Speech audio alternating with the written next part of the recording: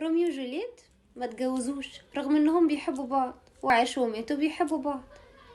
هتتجوزي اللي بيحبك ولا بترتاحي معاه؟ لو هنتجوز اللي بيحبنا فكتير بيحبوا بعض وانفصلوا. ما ينفعش. انا هتجوز اللي بيحترمني، هتجوز اللي برتاح معاه مش اللي بحبه. الحب افعال مش كلام. انت على فكرة اللي مهتم بيكي، اللي بيعاملك بطريقة كويسة، اللي عاطيلك قيمتك هتحبيه. بس اللي بتحبيه ومش عاملك كده مع الوقت هتكرهيه. هتقولي اللي بيحب ما بيكرهش، لا بيكره، بيتقفل من اللي قدامه مع الوقت. ربنا قال جعلنا بينكم مودة ورحمة، ما قالش جعلنا بينكم حب. لو انت جايبه سويت شيرت غالي قوي، سويت شيرت رخيص بس بيريحك، والغالي ده قوي مقيدك شويه في اللبس او بتلبسيه في الخروجات اللي هي قوي، انت كل يوم هتلبسي اللي مريحك، اللي بتحبيه ده هتطلعيه في المناسبات. فانت هتعيشي مع اللي هيريحك بس مش هتعيشي كويس مع اللي بتحبيه.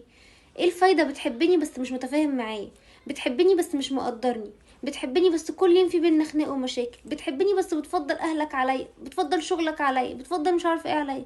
لكن لو انت بتريحني ومتقبلني فانت كل الحاجات دي هتعدي مع الوقت.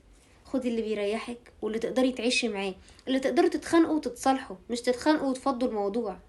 خدي اللي شبهك، اللي شبه عاداتك، اللي شبه تقاليدك، واللي شبه حياتك، مش اللي بتحبيه وخلاص. حاجات كتيرة قوي بنحبها بس مش بنملكها، غير اللي بتريحنا بتفضل معانا طول العمر. خلي بالك على نفسك وعيشيها صح.